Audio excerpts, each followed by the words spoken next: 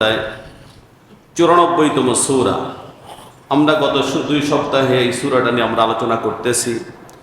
ছোট্ট ছোট্ট 3-4টি আয়াতের আলোচনা আমাদের মোটামুটি শেষ হয়েছে। এই সূরাটা এমন একটা সূরা, এই সূরার মাধ্যমে আল্লাহ রাব্বুল আলামিন বিশ্বনবী সাল্লাল্লাহু আলাইহি ওয়াসাল্লামকে সান্ত্বনা দিয়েছেন এবং এই সূরার মাধ্যমে আল্লাহ রাব্বুল আলামিন গোটা পৃথিবীর সমস্ত উম্মতে মুসলিমার জন্য আল্লাহ রাব্বুল আলামিন সান্ত্বনা দিয়েছেন, সকলকে সান্ত্বনা দিয়েছেন এবং শুভ সংবাদ দিয়েছেন। আল্লাহ পাক বুঝাইতে চাচ্ছেন, আল্লাহ পাক জানাইতে চাচ্ছেন যে তোমাদের দুনিয়ার কেউ না থাকুক, আমি আল্লাহ তোমাদের সাথে আছি। এটা সুবহানাল্লাহ বলেন। এই সূরার ভিতরে সর্বমোট 8টি আয়াত আছে। সর্বপ্রথম যেই 4টি আয়াত, এই আয়াতের ভিতরে আল্লাহ রাব্বুল আলামিন বিশ্বনবী সাল্লাল্লাহু আলাইহি ওয়াসাল্লামের উপরে দেওয়া নেয়ামতের বর্ণনা দিয়েছেন। পরবর্তী 2টি আয়াতের ভিতরে আল্লাহ রাব্বুল আলামিন দিয়েছেন বিশ্বনবীকে সান্ত্বনা এবং উম্মতে মুসলিমাকে সান্ত্বনা। সর্বশেষ 2টি আয়াতের ভিতরে আল্লাহ রাব্বুল আলামিন দিয়েছেন আল্লাহ রাসূল সাল্লাল্লাহু আলাইহি ওয়াসাল্লাম সহ গোটা পৃথিবীর উম্মতে মুসলিমাকে আল্লাহ পাক দিয়েছেন দিক নির্দেশনা। প্রথম 4টি আয়াতের 3টি আয়াতের আলোচনা মোটামুটি শেষ হয়েছে। 4th নম্বর আলোচনা আমাদের শুরু হয়েছিল, সেটি হলো ওয়ারাফা'না লাকা যিকরাক। আল্লাহ রাব্বুল আলামিন শুরুতেই বলছেন আলাম নাশরাহ লাকা সাদরাক, নবী হে আমি কি আপনার বক্ষকে উন্মোচন করে দেইনি? এটার ব্যাখ্যা আমরা বলেছিলাম তিন মাধ্যমে, এর দ্বারা আল্লাহ রাব্বুল আলামিন 3টি বিষয়কে মিন করেছেন। 1 নম্বর আল্লাহ পাক বোঝাতে চাচ্ছেন, ও আমার নবী আমি কি ইসলামের জন্য, ইসলাম বোঝার যোগ্যতা, ইসলামের জন্য আপনার হৃদয়টাকে উন্মোচন করে দেইনি? আপনি বুঝতে পেরেছেন, এখন আমি উন্মোচন করে দেওয়ার পরে বুঝতে পেরেছেন এই পৃথিবীর মানুষের মুক্তি একমাত্র ইসলামের ভিতরে, কোরআনের দ্বারাই সম্ভব, ইসলামের দ্বারাই সম্ভব। এবং আপনার হিম্মতকে আমি বাড়িয়ে দিয়েছি। যখন গোটা পৃথিবীর সবাই আপনার বিরুদ্ধে চলে গিয়েছে, গোটা পৃথিবীর সবাই আপনাকে মেরে ফেলতে চায়, কিন্তু ওই মুহূর্তে আপনার হিম্মতকে, আপনার হৃদয়টাকে আমি শক্ত করে দিয়েছি, আমি এত কঠিন করে দিয়েছি। ও নবী আপনি ইসলামকে এমন ভাবে বুঝেছেন, আপনি গোটা পৃথিবীর সমস্ত কুফরি শক্তির সামনে লা ইলাহা ইল্লাল্লাহ তাওহীদের বাণী তুলে ধরেছেন। সকলে আপনাকে মারতে চায়, কিন্তু আপনার হৃদয়ে, আপনার কলবের ভিতরে যত ভয় ডর ছিল সব আমি বের করে দিয়েছি। জোরে বলুন সুবহানাল্লাহ। সকলের সামনে আল্লাহ রাসূল সাল্লাল্লাহু আলাইহি ওয়াসাল্লাম তখন তাওহীদের দাওয়াত দিয়েছিলেন। তিনি জানতেন আমাকে মেরে ফেলতে পারে, সকলে এটা জানতেন, আল্লাহ রাসূল সাল্লাল্লাহু আলাইহি ওয়াসাল্লাম জানতেন। কিন্তু তারপরেও এই দ্বীন প্রচার করতে গিয়ে আল্লাহ রাসূল কি কখনো ভয় করেছেন? তাওহীদের দাওয়াত দেওয়া বন্ধ করে দিয়েছেন? কোরআনের আওয়াজ মানুষের সামনে তুলে ধরতে আল্লাহ রাসূল সাল্লাল্লাহু আলাইহি ওয়াসাল্লাম কোনো কার্পণ্য করেছেন? করেননি, কারণ আল্লাহ পাক হৃদয়টাকে উন্মোচন করে দিয়েছেন। 2 নম্বর আল্লাহ পাক বুঝাইতে চাচ্ছেন, নবী হে আপনার বক্ষ বিদীর্ণ করে দিয়েছি। 3 বার বক্ষ বিদীর্ণ করে আপনার ভিতরে মারিফাতের নূর, আমার রহমত আর বরকতের নূর, মারিফাতের নূর আমি আল্লাহ পাক ঢুকিয়ে দিয়েছি। 3 নম্বর রাসূল করিম সাল্লাল্লাহু আলাইহি ওয়াসাল্লামকে আল্লাহ পাক বুঝাইতে যাচ্ছেন, নবী হে আপনাকে আমি বানিয়েছি প্রশস্ত হৃদয়ের অধিকারী, আপনি সংকীর্ণ মনা না, আপনি হচ্ছেন বড় মাইন্ডেড। শুধু তাই নয়, আপনাকে আমি আল্লাহ রাব্বুল আলামিন ন্যারো মাইন্ডেড বানাইনি। আল্লাহ পাক রাসূল করিম সাল্লাল্লাহু আলাইহি ওয়াসাল্লামের হৃদয়টাকে প্রশস্ত করে দিয়েছিলেন। এজন্য একজন কাফের মুশরিক আল্লাহ রাসূলের কাছে যখন আসতো, আল্লাহ রাসূলের বিশাল বড় আত্মা দেখে, আল্লাহ রাসূলের কথা শুনে তার মনটা ভরে যেত। বড় বড় কাট্টা কাফের আল্লাহ রাসূলের হাতে হাত দিয়ে খাঁটি মুসলমান হয়ে গিয়েছিলেন। কথা বলেন ঠিক কেন? আমার মুসলমান ভাইয়েরা, 2 নম্বর আয়াতের ভিতর, 2 এবং 3 নম্বর আয়াতের ভিতর আল্লাহ রাব্বুল আলামিন বলছেন আলাম নাশরাহ লাকা সাদরাক ওয়া ওয়াদা'না আনকা বিজরাক আল্লাতী আনকাযা যাহরাক। নবী হে আমি আপনার পিঠ থেকে বড় বোঝাকে আমি নামিয়ে দিয়েছি, আমি আল্লাহ পাক দিয়েছি। সেই বোঝাটা কি ছিল? 2টি কথা আমরা বলেছিলাম, শুধুমাত্র পিছনে সম্পর্ক সৃষ্টি করার জন্য বলছি, যাতে সামনের কথাগুলি বোঝা আমাদের জন্য সহজ হয়ে যায়। একটা হলো গুনাহের বোঝা, জোরে বলতে হবে আল্লাহ রাসূলের কোনো গুনাহ ছিল না? আর একটু জোরে বলেন না। কিন্তু আল্লাহ রাসূল তারপরেও সন্দিহান থাকতেন, আমার কি কোনো গুনাহ হয়ে গেল কিনা, আমার কোনো আচরণ, আমার কোনো কথার দ্বারা আমার আল্লাহ কি বেজার হলো কিনা। আল্লাহ রাসূল সাল্লাল্লাহু আলাইহি ওয়াসাল্লাম সন্দিহান থাকতেন, তিনি ভয়ে থাকতেন। কিন্তু আল্লাহ পাক বলছেন, নবী হে আপনি তো কোনো গুনাহ করবেন না, আমি জানি, আমি আপনাকে নিয়ন্ত্রণ করি, আপনি কোনো গুনাহ করতে পারবেন না, কোনো গুনাহ আপনি করেন না, তারপরেও যেহেতু ভয় পাচ্ছেন, আমি আল্লাহ ঘোষণা দিয়ে দিলাম লিয়াগফিরা লাকাল্লাহু মা তাকাদ্দামা মিন যামবিকা। ও নবী, আপনার পূর্বাপরের যত গুনাহ করবেন না আমি জানি, তারপরেও যদি আপনাকে সান্ত্বনা দেওয়ার জন্য আমি বলছি, আপনার আগে পরের সকল গুনাহ আমি আল্লাহ রাব্বুল আলামিন মাফ করে দিলাম। জোরে বলুন সুবহানাল্লাহ। এরপরে আরেকটা বিষয় হলো আল্লাহ পাক বিশ্বনবী সাল্লাল্লাহু আলাইহি ওয়াসাল্লামের দুঃখের বোঝাটা, দুঃখ যার মনের ভিতরে আছে, দেখবেন দুনিয়ার টাকা পয়সা অনেক কিছুর মালিক, কিন্তু তার মনের ভিতরে যদি দুঃখ থাকে, কোনো টাকা পয়সা তাকে শান্তি দিতে পারে? কথা বলেন, টাকা পয়সা শান্তি দিতে পারে? ক্ষমতা শান্তি দিতে পারে? একমাত্র শান্তি দিতে পারে কে? জোরে বলতে হবে, আল্লাহ পাক শান্তি দিতে পারে। তার রাসূল কারীম সাল্লাল্লাহু আলাইহি ওয়াসাল্লামের ভিতরে যে দুঃখ আর যন্ত্রণা ছিল, সেই দুঃখ আর যন্ত্রণা অন্য কোনো যন্ত্রণা, আমাদের মতো দুঃখ আর যন্ত্রণা, রাসূল কারীম সাল্লাল্লাহু আলাইহি ওয়াসাল্লামের দুঃখ আর যন্ত্রণা ছিল এই উম্মতে মুসলিমা তার নাজাতটা কিভাবে হয়ে যায়, তারা কিভাবে জাহান্নাম থেকে মুক্তি পেয়ে যায়, আল্লাহর জান্নাতি হয়ে যায়। আল্লাহ রাব্বুল আলামিন চারটি বিষয়ের মাধ্যমে, কোরআনের মাধ্যমে, মেরাজের মাধ্যমে এবং নামাজের মাধ্যমে সর্বোপরি আল্লাহ পাক ঘোষণা দিয়েছেন, আপনাকে আমি কিয়ামতের দিন এমন ক্ষমতা দিব, আপনি যতক্ষণ পর্যন্ত সুপারিশ করবেন আমি কবুল করতে থাকবো, যতক্ষণ পর্যন্ত আপনি খুশি না হবেন, আপনি খুশি না হওয়া পর্যন্ত আপনার উম্মত আর উম্মতিকে আমি মাফ করতেই থাকবো। জোরে বলুন সুবহানাল্লাহ। রাসূল কারীম সাল্লাল্লাহু আলাইহি ওয়াসাল্লাম খুশি হয়ে যাবেন, তখন সবাই যখন মাফ পেয়ে যাবে, জাহান্নাম থেকে মুক্তি পেয়ে যাবে, আল্লাহ রাসূল তখন খুশি হয়ে যাবেন। সুবহানাল্লাহ বলেন। আমার মুসলমান ভাইয়েরা, গভীর মনোযোগ। চতুর্থ নম্বর আয়াতের ভিতরে আল্লাহ রাব্বুল আলামিন বিশ্বনবী সাল্লাল্লাহু আলাইহি ওয়াসাল্লামকে যেই নিয়ামতটা দান করেছেন, চতুর্থ নম্বর আয়াতের ভিতরে আল্লাহ রাব্বুল আলামিন ঘোষণা করে দিয়েছেন, ওয়া রাফা'না লাকা যিকরাক। জোরে বলুন আল্লাহু আকবার।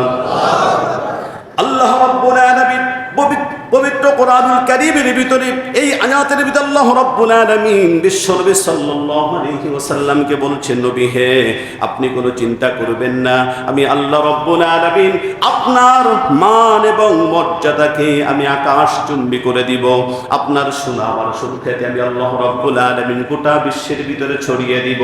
পৃথিবীতে এমন কোনো মানুষ নাই যেই মানুষের কাছে আপনার মান আর মর্যাদা পৌঁছে যাবে না।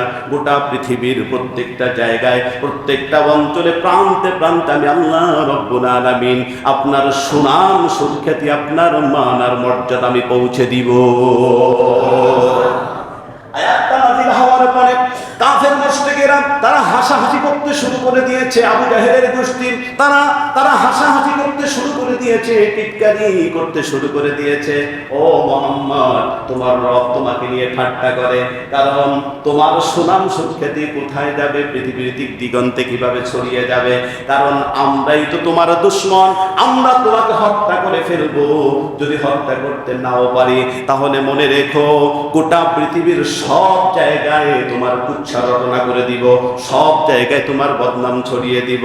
আল্লাহ রাব্বুল আলামিন বলেন, কশ্চিন কালেও সম্ভব না, কারণ আমার নবীর দায়িত্ব, আমার নবীর সুনাম সুখ্যাতি, মান আর মর্যাদা পৌঁছে দেওয়ার দায়িত্ব আমি আল্লাহ রাব্বুল আলামিন নিজের হাতেই গ্রহণ করলাম। একটু জোরে বলুন না সুবহানাল্লাহ। আমি আপনাদের কাছে জিজ্ঞেস করি, ইমানের সাথে সম্পৃক্ত কথার জবাব দিতে হবে মর্দে মুজাহিদের মতো। আল্লাহ রাসূলের মান আর মর্যাদা আল্লাহ পাক যে বলেছিলেন গোটা পৃথিবীর দিক দিগন্তে ছড়িয়ে দিবেন, আবু জাহেল এবং আবু জাহেলের গোষ্ঠী এটা বন্ধ করতে পেরেছে? না, বলতে হবে পেরেছে? পারে নাই। এবং এই আল্লাহ রাসূল সাল্লাল্লাহু আলাইহি ওয়াসাল্লামের মান আর মর্যাদা আল্লাহ পাক এমন ভাবে বৃদ্ধি করে দিয়েছেন, হ্যাঁ, আল্লাহ রাব্বুল আলামিন হাদিসে কুদসির ভিতরে বলেন, হাইসুমা যুকিরতা মাই, আমার নাম যেই জায়গায় নেওয়া হবে, ও রাসূল তোমার নাম সেই জায়গায় নেওয়া হবে, আমার আলোচনা যেই জায়গায় করা হবে, ও নবী তোমার আলোচনা সেই জায়গায় করা হবে। আমাকে মানুষ যেমন আমাকে সম্মান করবে, তোমাকেও সম্মান করবে। আমার আলোচনা পর্যালোচনা যত জায়গায় হবে, আমি আল্লাহ পাক আমার নামের সাথে সাথে তোমার নামটাকে এমন ভাবে সেটিং করে দিব, সব জায়গায় আমার সাথেই তোমার আলোচনা হবে। জোরে বলুন সুবহানাল্লাহ। কিভাবে করেছে? রাসূল করিম সাল্লাল্লাহু আলাইহি ওয়াসাল্লামের নামটা আল্লাহ পাক সেটিং করে দিয়েছেন আল্লাহ পাকের নামের সাথে সাথে, সব জায়গায় ফিট করে দিয়েছেন। জান্নাতের দরজায় আল্লাহ পাকের নাম আছে, লা ইলাহা ইল্লাল্লাহ, সুবহানাল্লাহ বলেন। জান্নাতের দরজায় আল্লাহর নাম আছে, সাথে সাথে এই গোটা পৃথিবীর একজন ব্যক্তির নাম আল্লাহ পাকের নামের সাথে আছে, তিনি হচ্ছেন সাইয়্যিদুল মুরসালিন জনাব মুহাম্মদ রাসূলুল্লাহ সাল্লাল্লাহু আলাইহি ওয়াসাল্লাম। সুবহানাল্লাহ বলেন। জান্নাতের দরজায় আল্লাহ পাক তার নামের সাথে বিশ্বনবী সাল্লাল্লাহু আলাইহি ওয়াসাল্লামের নাম যোগ করে দিয়েছেন। প্রত্যেকটা আসমানের দরজায় আল্লাহর নামের সাথে সাথে বিশ্বনবী সাল্লাল্লাহু আলাইহি ওয়াসাল্লামের নাম আল্লাহ পাক ফিট করে দিয়েছেন। শুধুমাত্র তাই নয়, আল্লাহ রাব্বুল আলামিন আযানের ভিতরে তার নামের সাথে সাথে বিশ্বনবী সাল্লাল্লাহু আলাইহি ওয়াসাল্লামের নাম ঢুকিয়ে দিয়েছেন। ইকামতের মধ্যে আল্লাহর নামের সাথে সাথে বিশ্বনবীর নাম আল্লাহ রাব্বুল আলামিন ঢুকিয়ে দিয়েছেন।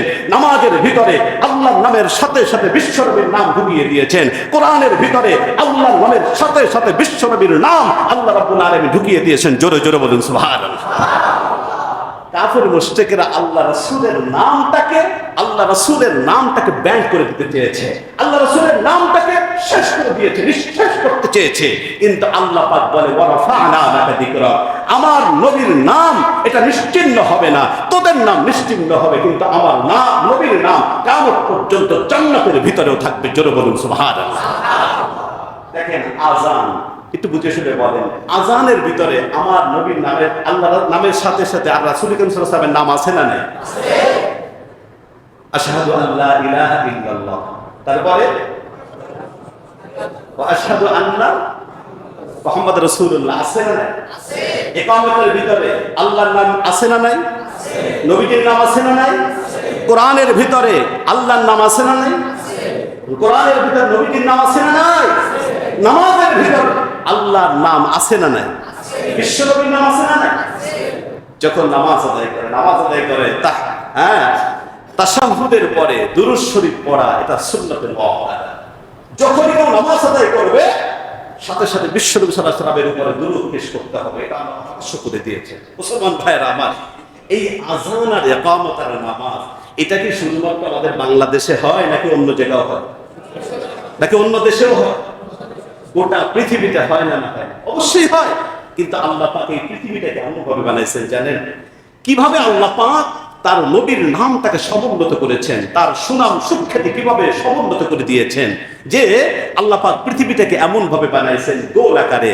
এখন এই জায়গায় মনে করেন ফজরের আযান হচ্ছে, এই আযান শেষ হতে না হতেই আমাদের পার্শ্ববর্তী দেশে আযান শুরু হয়ে গেছে, সেই জায়গায় আযান শেষ হতে না হতেই আরেক দেশে আযান শুরু হয়ে গেছে, সেই জায়গায় আযান শেষ হতে না হতেই আরেক জায়গায় আযান শুরু হয়ে গিয়েছে।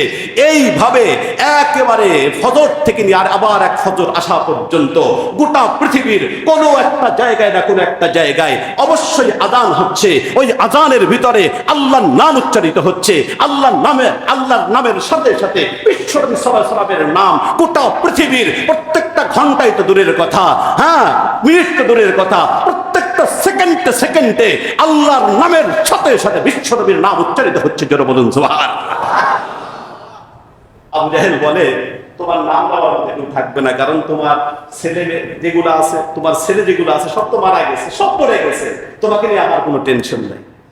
কিন্তু যে কথা আপনি গত সপ্তাহে বলেছিলাম, যে কথাটা, এই আবু জাহেলের নাম আল্লাহ পাক বলছেন নবীজির নাম তো থাকবে, আমার নবীর নাম থাকবে, তোর নাম থাকবে না। তোর নাম যদি নেয়, ফিরআউনের নাম যেমনি ভাবে নিবে, তোর নামও সেমনি ভাবে নিবে। কথা বলেন ঠিক কিনা? আবু জাহেলের নাম আল্লাহ পাক এমন ভাবে ঘৃণিত করে দিয়েছেন, আজ পর্যন্ত আমি দেখি নাই কাউকে, যদি এমনকি কাফের মুশরিকদেরও যদি বলা হয় যে তোমার 50,000 টাকা দিব, তোমার সন্তানের নাম আবু জাহেল রাখো, আপনাদের কি মনে হয় সে কি রাখবে? আল্লাহ পাক ঘৃণার পাত্র করে দিয়েছেন। তার বাড়িটাকে আল্লাহ পাক পায়খানা আর পেশাবের জায়গা বানিয়ে দিয়েছেন। সুবহানাল্লাহ বলবেন না? শুধু তাই নয়, আল্লাহ পাক এখান থেকে ঘোষণা দিচ্ছেন, তাফসীরের ভিতরে এসেছে, আমার নবীর নামকে যেমনি ভাবে আমি সমুন্নত করে দিয়েছি, তার মান আর মর্যাদা গোটা পৃথিবীতে যেমনি ভাবে আমি ছড়িয়ে দিয়েছি, ঠিক এমনি ভাবে কোন ব্যক্তি যদি আমার এই নবীর অনুসরণ করে, আমার এই নবীর আদর্শ গ্রহণ করে, আমার নবী আমার জন্য যা করেছেন, জীবন দিতে যেহেতু প্রস্তুত ছিলেন, যেমনি ভাবে প্রস্তুত ছিলেন, ঠিক তেমনি ভাবে আমার নবীর উম্মত আর উম্মতির মধ্য থেকে যারা আমার জন্য জীবন দিতে প্রস্তুত থাকবে, ইসলামের জন্য জীবন দিতে প্রস্তুত থাকবে, আমার নবীকে যেমনি ভাবে আমি সম্মানিত করেছি, তার সাথে সাথে যারা তার অনুসরণ করবে তাদেরকেও গোটা পৃথিবীতে আমি সম্মানিত করব, আখিরাতেও নূরের টুপি মাথায় দিয়ে জান্নাতের ভিতরে সম্মানিত করব। জোরে বলুন সুবহানাল্লাহ। সুতরাং এই নবীর অনুসরণ করা দরকার আছে না? এটা বলতে হবে আছে না নাই? আর আমার নবীর মান আর মর্যাদা দিয়ে আল্লাহ সমুন্নত করে দিয়েছেন। ওই নবীর মান আর মর্যাদা কেউ যদি খাটো করতে চায়, ওকে কি ছেড়ে দেওয়ার কোনো সুযোগ আছে নাকি? জোরে বলতে হবে আছে। সুতরাং আমি আপনাদের কাছ থেকে ছোট্ট একটা অঙ্গীকার নিতে চাই, ছোট্ট একটা অঙ্গীকার নিতে চাই। আমাদের বাংলাদেশ 99% মুসলমানের দেশে, এই দেশে আমাদের নবীর বিরুদ্ধে কথা বলার মতো লোক আছে না নাই? আমাদের নবীর চরিত্র নিয়ে কথা বলার মতো কুলাঙ্গার আমাদের সমাজে আছে না নাই? এমন কিছু নাস্তিক আর মোরতাদ আমাদের বাংলাদেশে জন্ম নিয়েছে। আমরা স্বাধীনতার পর থেকে এই পর্যন্ত বহুবার সরকারের কাছে আমরা আবদারটা করেছি, বহুবার আবদারটা করেছি।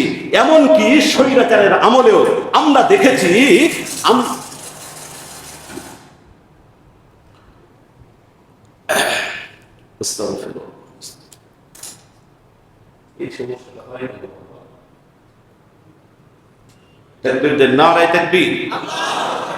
আমরা স্বৈরাচারের আমলেও দেখেছি এটা, যে স্বাধীনতা যুদ্ধের সময় কখন না কি হয়েছে, কে না কি করেছে, কিন্তু রাজনৈতিক শত্রুতার কারণে, রাজনৈতিক বিরোধিতার কারণে দেখা গেছে আন্তর্জাতিক ট্রাইব্যুনাল গঠন করে, মানবতা বিরোধী অপরাধ বলে এই রকমের একটা ট্রাইব্যুনাল গঠন করে আমরা দেখেছি ফাঁসির কাজটা ঝুলানো হয়েছে। কথা বলেন ঠিক কিনা?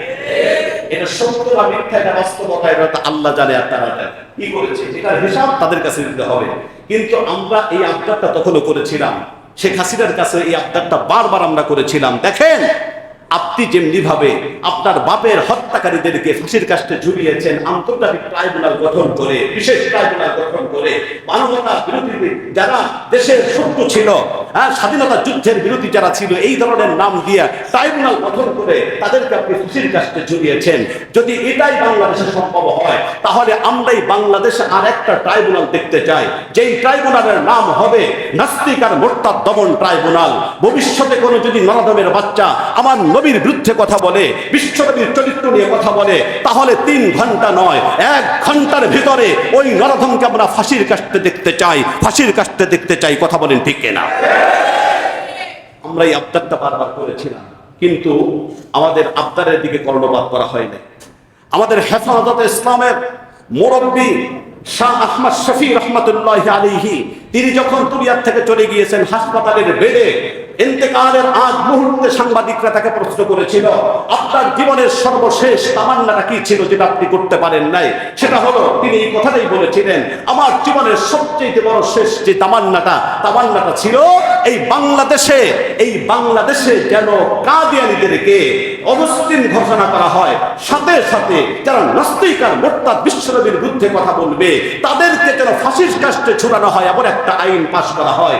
এই আশা ব্যক্ত করে তিনি দুনিয়া থেকে চলে গিয়েছেন। কিন্তু আমি আপনাদের কাছে জিজ্ঞেস করতে চাই, এই সময় বর্তমান এখন ইসলামের জোয়ার, এই মুহূর্তে এই আইন আমাদের সরকারের কাছ থেকে পাশ করিয়ে নেওয়ার দরকার আছে না? বলতে হবে আছে না নাই? সুতরাং ভবিষ্যতে কে ক্ষমতায় আসবে আমরা জানি না। যে বিএনপি আসুক আমাদের কোনো আপত্তি নাই, জামাত আসুক আমাদের কোনো আপত্তি নাই, অন্য যে কোনো দল ক্ষমতায় আসুক আমাদের কোনো আপত্তি নাই। কিন্তু আমরা এই কথা বলতে বাধ্য, যে ক্ষমতায় আসবে না কেন তাদেরকে আগে আমাদের সাথে প্রতিজ্ঞাবদ্ধ হতে হবে।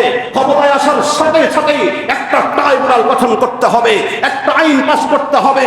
কোন নাস্তিকের বাচ্চা, মোরতাদের বাচ্চা ইসলামকে নিয়ে যদি কটূক্তি করে, ইসলামের কোন আইন নিয়ে যদি তুচ্ছ-তাচ্ছিল্য করে, নবীজির বিরুদ্ধে যদি কথা বলে, ওদেরকে ফাঁসির কাস্টে ঝুলাতে হবে, ফাঁসির কাস্টে ঝুলাতে হবে। যদি এই প্রতিজ্ঞা আমাদের কাছে না করে, তাকে ক্ষমতায় বসতে দেওয়া হবে না। কথা বলেন ঠিক? এই কমিটমেন্ট আমাদেরকে দিতে হবে। আমরা অন্য কিছু চাই না, আমরা ইসলাম নিয়ে, ঈমান নিয়ে, দ্বীন নিয়ে বাঁচতে চাই। কথা বলেন ঠিক?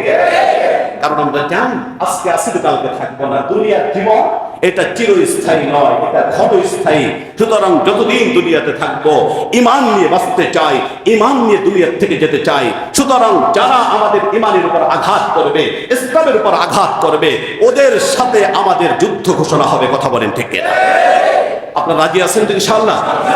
কে কে রাজি আছেন একটু হাত দেখান। নারে তাকবীর। আল্লাহ তাআলা কবুল করেন, সকলে বলেন আমিন।